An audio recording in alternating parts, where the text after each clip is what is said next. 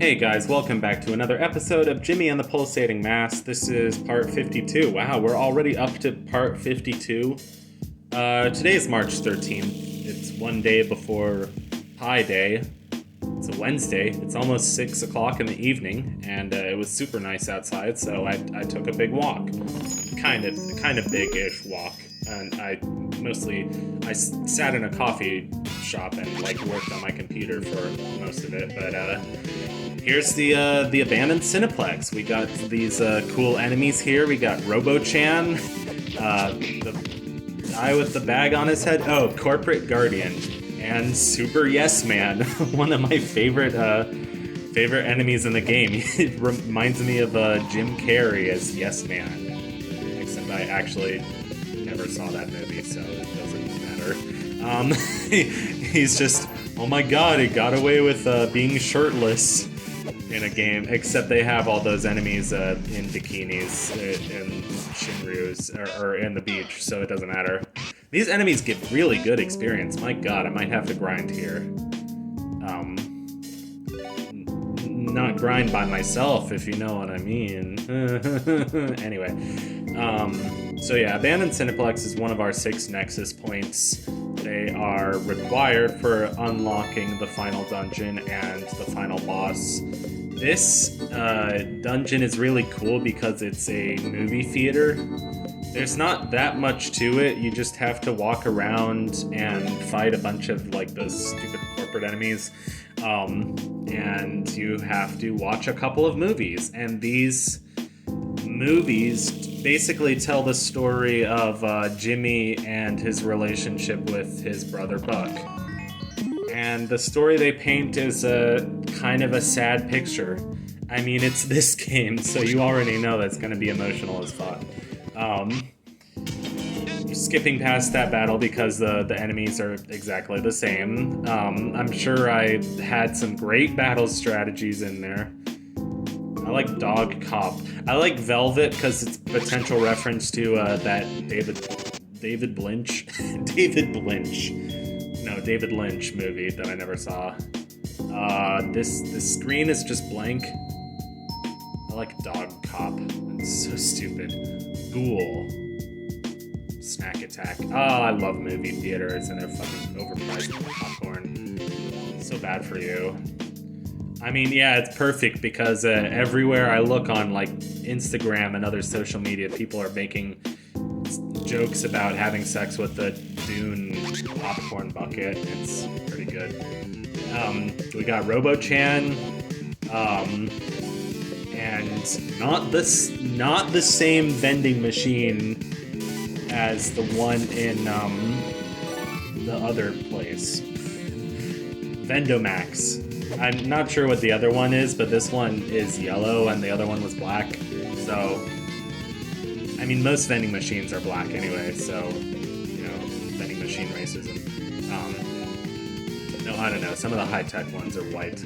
Like the ones that have a robotic arm that grabs the soda and then dumps the soda into the hole. Those are pretty good. I like those. I don't like this Hello Kitty knockoff, exploding. I like the cell phones in the background. Those are pretty good. Oh, I thought I cut out.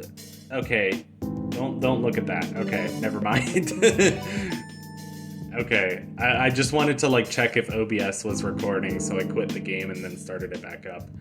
Alright, music fades away, and we're sitting here watching a movie. It's Jimmy and Buck on the couch, watching a little television. Next on Friday Night Frights, Darby Malone's 1987 Blood and Guts masterpiece, The Skin Thieves. You sure you want to watch this? It's supposed to be pretty scary. There's actually a lot of references to skin thieves in this game. One of the next dungeons we're having coming up has references to skin thieves in it, and one of the songs on the soundtrack is called something about skin thieves. Yeah, spiders, huh? Whatever you're on, Daniel, I want some. Don't you have anything better to do than telling about some lame conspiracy theory? I don't know. What would you have in mind? Well, I can think of a few things. And then they start having sex or whatever.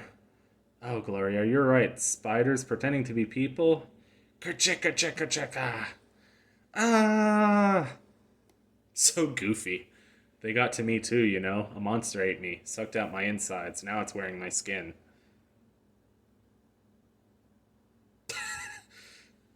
See, that's funny to me, but I get what they're trying to say. Like, oh, like Jimmy is traumatized by that scary movie, and then Buck, like, I don't know.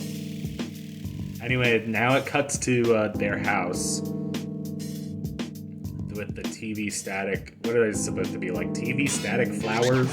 Anyway, here's the same exact enemies, except I didn't cut out this fight because I'm so talented at so here's so I don't think I've ever done like a full 100% run of this game. There's a lot of things that I just haven't even done, including the final boss. But one thing that I never was really good at was finding all the furniture in the game, because a lot of it you can just buy around town, like at regular shops. But a lot of it you're actually supposed to steal from enemies once you have like someone in your party who can steal. So like I don't know, the goon transformation, or our next transformation, which we're getting shortly after this. I don't know. I did a lot of post commentary, made a lot of progress. Post commentary has actually been a pretty fun way to play this game. I don't know if it's just something about like not talking just makes the game more fun, or it just reminds me of like the first time I played this game. First time I played this game, I remember it was during my like gap year, so I think it would have been like fall of 2021 slash first few months of 2022, but I never actually beat the game. So yeah, nice to come back to this game after 2 years, you know? So here's Buck lifting weights, and here's Jimmy. He wants to try lifting weights, and he's got the bar, and he's squirming, and it looks like he can't get out from under it. What's the problem? It's just the bar. He's 8. Lay off him a little bit. I can wait all day. How'd you get so weak? I'm not always going to be around to help you out, you know. You've got to get stronger. Buck, have you seen Jimmy?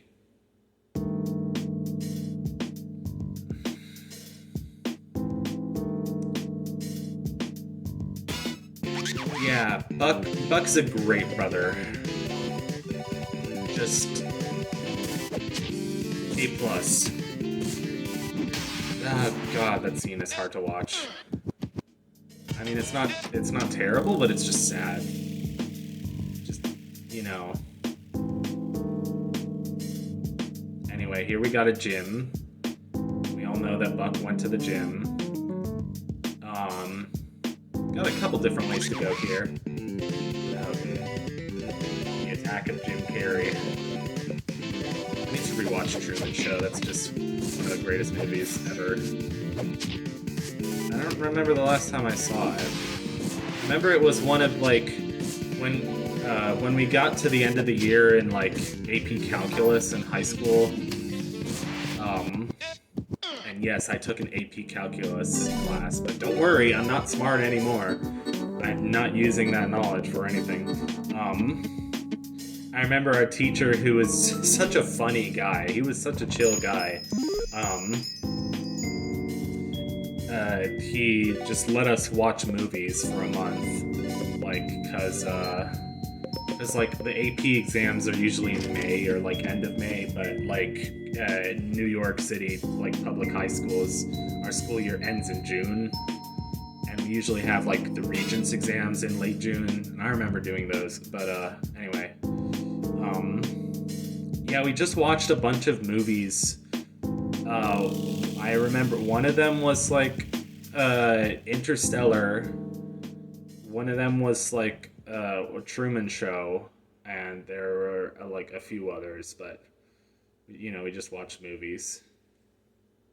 Here's some kid in a ball cap. I don't know if that's supposed to be Jimmy, and that's actually looks like the same dog as we fought at the beginning of the game that was possessed by the pulsating mass. You remember the petty thugs were like, "Oh yeah, that dog is our boss." Not really. I mean, Punch Naka is the boss, but originally the dog was. So this is one of those boss or enemies that you can't kill if you don't do like the exact right thing, and then it just runs away, and it's like, haha. So it's like the end game version of the Rad Ghost, except it's the King of Fops. I really like its design. It's kind of out of place with like the anime, modern Japanese city kind of aesthetic of this whole section of the game, and like the corporate, like the financial world and that kind of stuff too.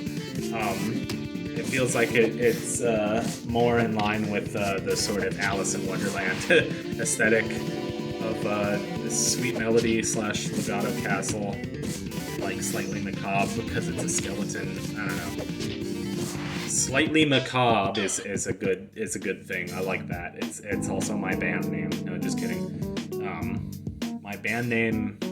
No, I'm not gonna say my band name. DM me for my band name.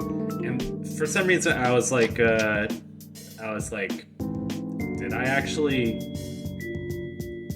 go everywhere I needed to go here? And then I was like, yeah, I don't think I missed anything. I've probably missed a lot of things, though, so just leave me an angry comment that said, oh, you didn't go here, you need to go here and do this thing. How, are you literally, like, blind? Anyway. Jimmy feels a volatile, overwhelming energy burning from the orb.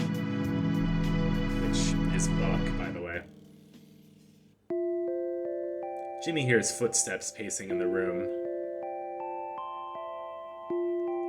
They're getting louder and faster, louder and faster. Crash! The sound of a chair thrown across the room. There's a thud, something. You can't do that, a woman says. I can call security. Buck grunts. I don't care. Jimmy hears footsteps in the room. You really did a number on the wall. We're going to probably have to call someone to patch it up. Not my problem. Your hand's bleeding pretty badly. Let me dress that for you. I promise we won't bill you for it. It's fine. Well, at least wash it off. And keep it down, we're getting complaints. The woman's footsteps echo through the door and down the hallway. Got to get stronger, Jimmy. Feels his hair being brushed to the side of his forehead. Why can't you just get stronger?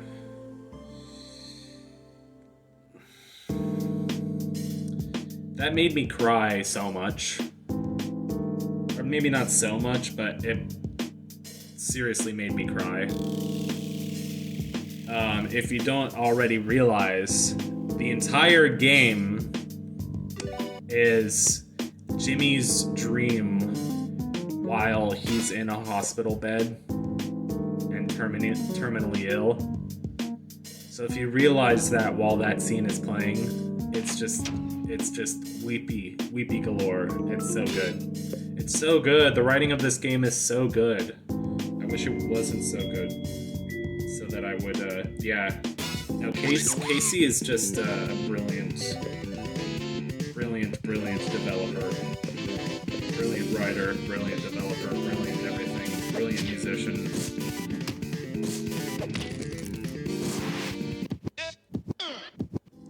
I am sorry, I'm not commentating because I'm picking at my finger. So, I'll try to forget about that for now. Here's the skin thieves, the spider. I think I have a feeling that Jimmy doesn't like spiders. We still haven't done the Whisper Weaver, so we gotta do that at some point. my god, stop picking at your finger, but I'm almost done. I'm almost done. There we go. And then it turns into the volcano, because there is a volcano in this game, but that's not until like very, very, very much endgame. Anyway, we got the light bulb for this area, and I think we got one more fight left in us, and then we're gonna end the video pretty soon. So, yeah, that was Abandoned Cineplex. Pretty fun dungeon. Definitely got lots of experience from these enemy fights, and learned a lot about Jimmy and Buck. So the next episode, we're actually going to be doing mostly side questy stuff, but it's going to be leading up to a few of the nightmare dungeons. I'd say we have 2 coming up. One of them is probably the least scary in the whole game, and then there's the other one. We have the worst nightmare dungeon in the game, the most traumatizing, the saddest part of the game coming up. So you guys have that to look forward to. I hope you're excited, because I certainly am. God. Oh my god. Yeah. If you don't know, I envy you. Anyway, this is Helium Lemon signing off. I hope you guys have a good rest of your day, and see you in the next episode.